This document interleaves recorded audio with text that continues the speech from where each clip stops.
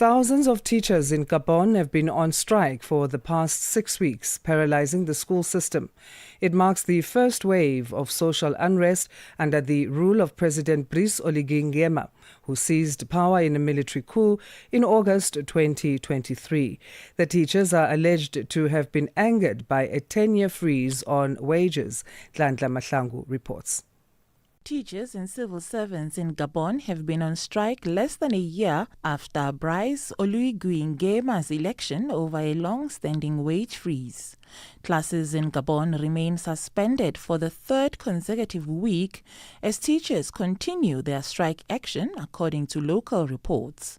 The teachers' strike, which began on the 5th of January 2026, is a response to a range of unresolved issues, including pay and working conditions.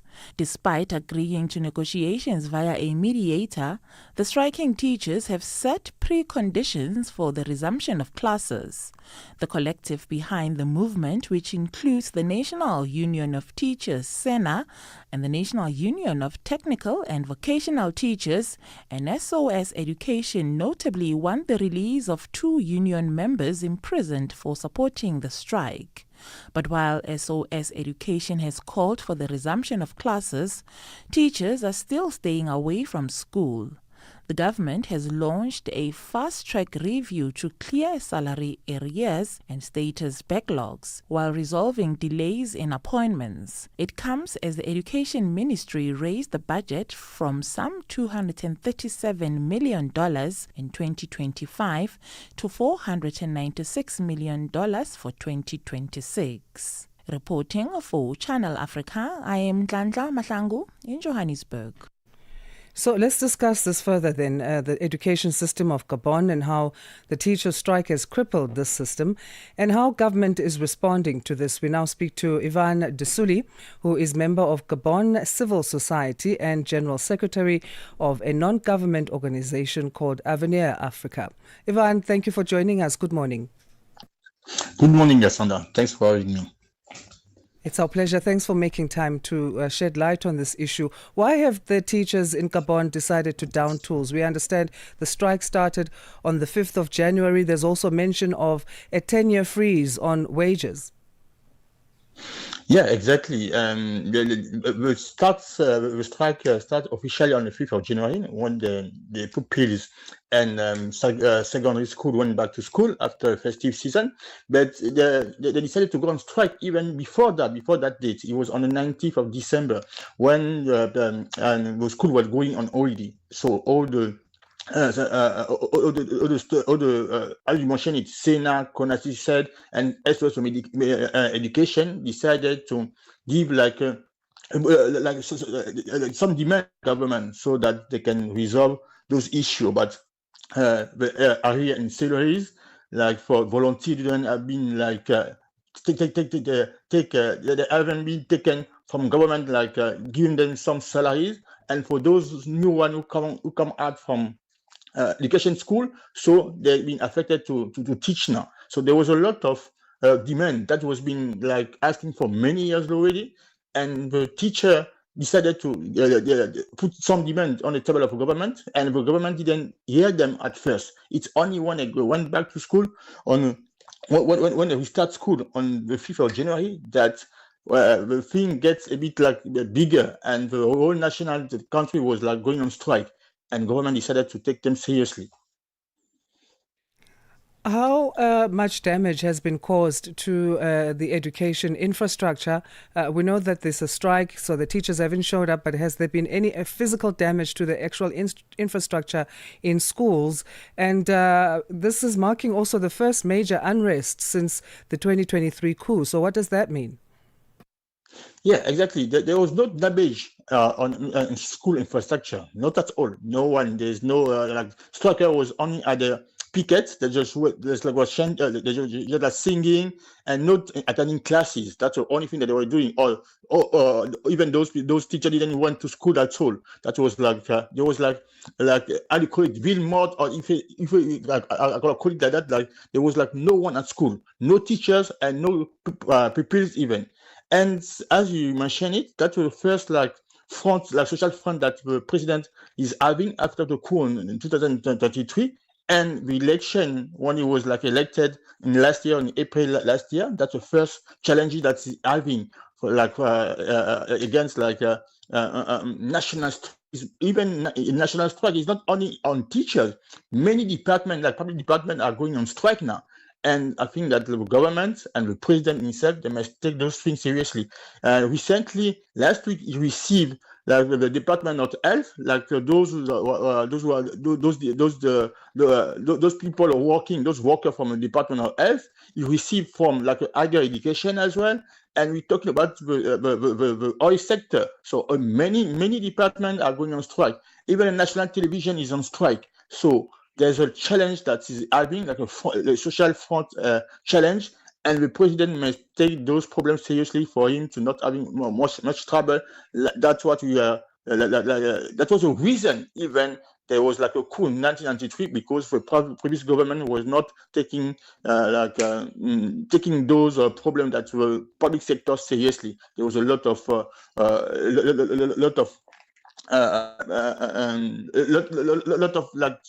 government, like public worker, was having a lot of demands, and the government was not taking them seriously. So that the new government must like address those problems, must address those demands, and try to find solution for them. So on that point, then, as you mentioned, talks between government and unions failed. Government is not really taking unions seriously. So how much of a role do they play then in terms of the power they yield to be heard, these unions in the country? Yes, but for union, as you mentioned on your report, like for the education, like education sector, they have been on strike for like since the 5th of January. It's been like more than 3 weeks already. So after that, and when kids are not going to school, me as a parent even, not seeing kids going to school is affecting the whole nation. Seeing like the worker, like national worker, teachers, and so on, not receiving salaries. For those teachers are also parents even. They can't even put food on the table for the kids and so on. They can't give like medical attention to the family when they are sick and so on. Those challenges affecting the whole nation at whole. Because when we talk about education, it's not about teachers only. It's about like the whole country. It's the future of a country that we're preparing. If the future of a country is not taken seriously, it's a big problem for the nation at all. Besides the wage issue, there are preconditions reportedly set by the teachers before they return to work. What are they, and what are the likelihoods of these being adhered to by government? Yeah, there was a pre-salary for like the new teachers. There was arrears in salary for those who have been teaching for like 5-10 years without having proper salaries. There was like for volunteers in the education sector as well who are not taken like who are not having any salaries. So that was the first demand. We're talking about also infrastructure at school. There was like school where there's no blackboard. There was school where teachers have 100 pupils in one classroom, where the kids are sitting on the floor, one receiving one attending classes. So there's those issues, like a work condition for teachers and for the whole system, education system that the government must take on, must like address and must give solution for that. Yes, now we are, now it's school time. Yes, maybe you won't be able to have new classes and so on. But for next year, for next academic year, those problems must be at least have a small solution. So you can't have now 100 pupils in one classroom. Kids can't sit on the floor when attending school.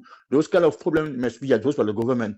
And as we've been talking, for salaries of our government, for salaries of workers, I mean teachers, and those who are not taking, those who are not having salaries, those problems must be resolved.